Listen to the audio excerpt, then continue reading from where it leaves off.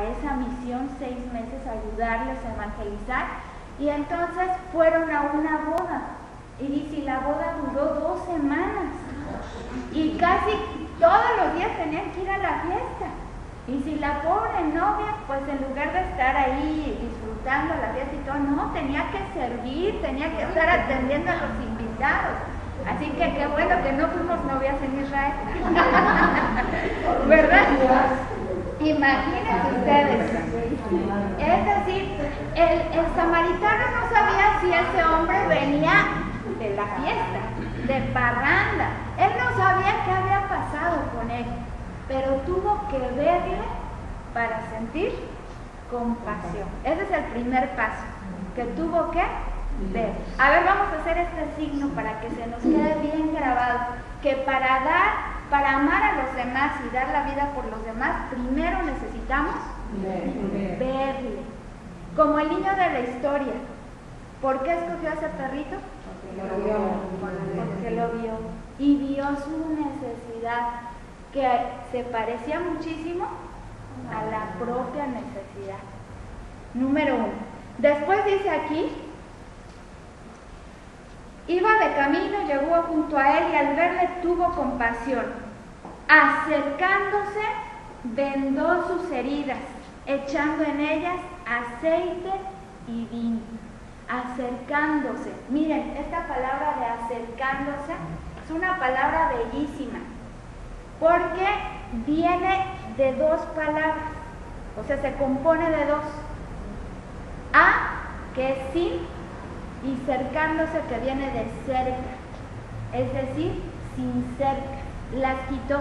Así como los novios, ¿verdad? En aquellas épocas que mi abuelita me contaba que para poderla ver, pues mi abuelito se tenía que brincar y no sé qué tanta cosa, porque pues sus papás no los dejaban entrar en ningún tipo de diálogo ni nada, y solo por cartitas y cosas por el estilo. Me cuenta que esa es la imagen. Acercándose es quitar las cercas que los separan del otro. Qué bonito cuando el samaritano puede quitar las cercas. ¿Y cuáles son las cercas que tenía el samaritano? Hay unas principalmente, ¿verdad? Porque ese hombre era un israelita. ¿Qué significa? Que era su enemigo. Tuvo que quitar esa primera cerca y no ver a ese hombre como el enemigo, sino como el amigo, que ni siquiera conocía, pero que era su amigo. Entonces esa es la primera cerca. ¿Qué otra cerca tuvo que quitar? El juzgar, porque no sabía si estaba borracho o qué le había pasado, ¿verdad? Emitir juicios, que aparte somos buenísimos para eso, ¿a poco no? Emitimos juicios por una actitud que tiene la persona y que no sabemos si ese día se sentía bien de salud, si a lo mejor había tenido un problema en casa, qué sé yo, podrían haber pasado miles de cosas, pero nosotros por la actitud de una persona juzgamos y decimos, este es malo o este es bueno. Acostumbramos a hacer eso. Este hombre quitó esa cerca. ¿Cuál otra cerca pudo haber quitado? El asco, está sucio y sagrado. Fíjense esto, el asco.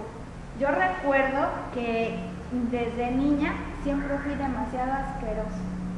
De verdad es algo malo, es algo negativo, pero siempre fui muy asquerosa.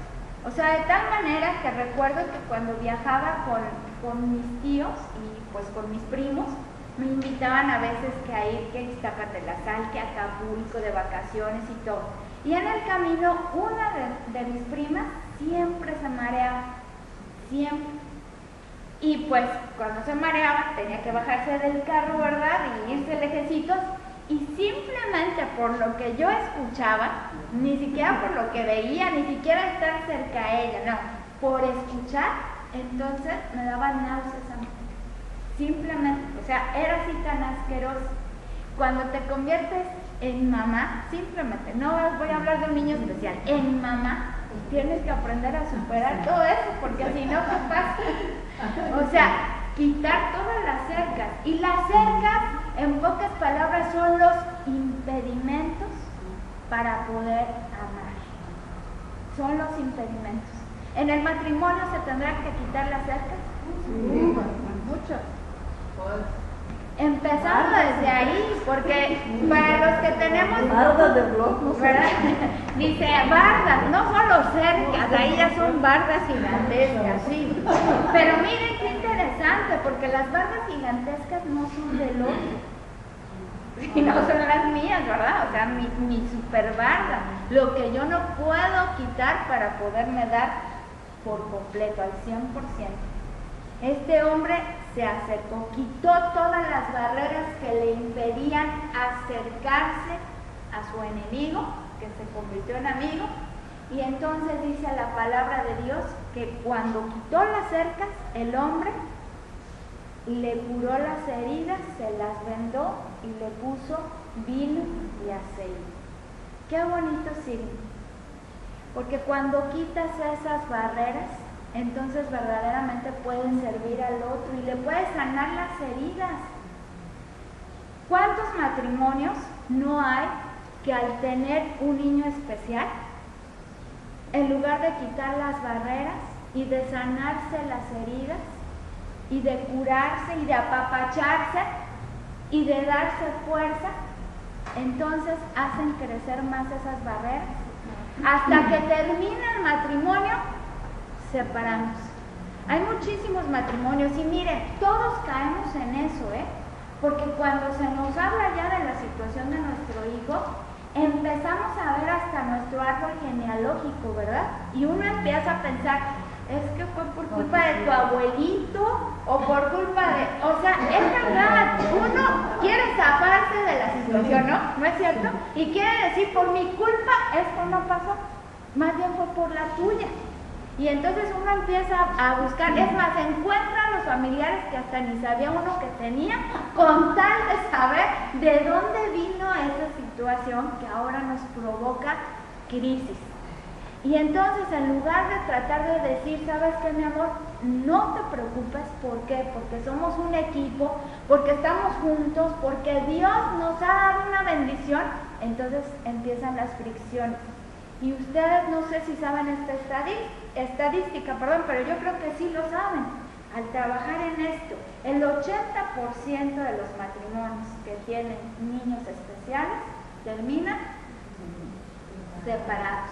Y en muchas ocasiones la mujer se queda solita con el niño. Y los psicólogos, no sé si hay por aquí alguna psicóloga, pero los psicólogos dicen que el niño, cualquier ser humano, niño o niña, necesita del papá sus primeros años de vida para poder definir su personalidad y ser una persona segura. ¿El niño especial necesitará eso? Claro. Al doble que otro niño, ¿verdad? O sea que si el papá dice adiós, ¿qué va a pasar con ese niño? Va a ser mucho más inseguro, le va a costar mucho más trabajo enfrentar la vida.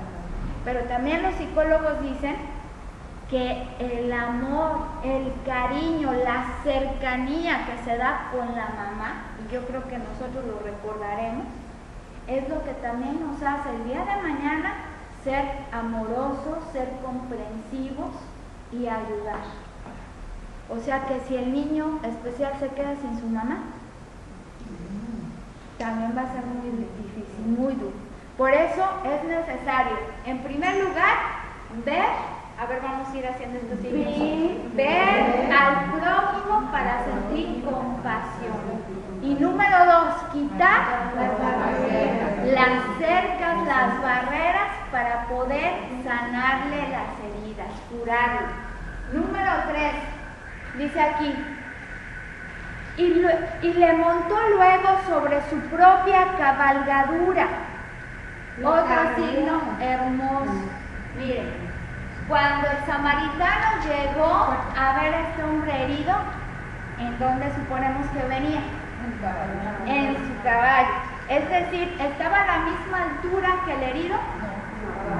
Estaba arriba, por arriba del hombre que estaba ahí tirado, tendido. Para poderle ver, para poder acercarse a él, tuvo que bajarse. Es decir, bajarse al nivel del que está necesitado. Y por lo regular, cuando nosotros vamos a tratar de ayudar a alguien, incluso a una amiga, a un familiar que está en problemas, como que queremos que la persona se suba al nivel que nosotros creemos tener, al nivel intelectual, al nivel espiritual, y nosotros no nos bajamos al nivel de la persona. Este samaritano se tuvo que bajar para vivir en carne propia la condición en la que estaba ese hombre. Una vez que lo vio, que quitó las cercas, que lo curó, dice la palabra de Dios que lo subió a la cabalgadura. Y entonces, ¿a dónde se quedó el samaritano? Abajo. Porque ahora el que estaba por arriba de él era el hombre herido. Qué bonito gesto. Porque solamente cuando nosotros nos bajamos y subimos a un nivel más alto a la persona, es cuando le podemos ayudar. Y subir a la persona significa ver todas las cosas positivas que esa persona tiene. Mientras nos estemos peleando con las cosas negativas de las personas, ¿les vamos a poder ayudar? No. Porque vamos a ver todo lo que para nosotros es difícil de asimilar y nos estorba en la vida. En cualquier relación, en el matrimonio, empezando desde ahí, la mayoría son casadas, ¿verdad? Sí. En el matrimonio, si nosotros no ponemos por arriba de nosotros a nuestra pareja, entonces no vamos a asimilar a la pareja. Si solamente estamos viendo todas las cosas negativas, que porque si ronca, que porque dejó aquí esto, de que porque no el otro, entonces vamos a terminar el siguiente día divorciados. Tenemos que aprender a ver las cosas positivas.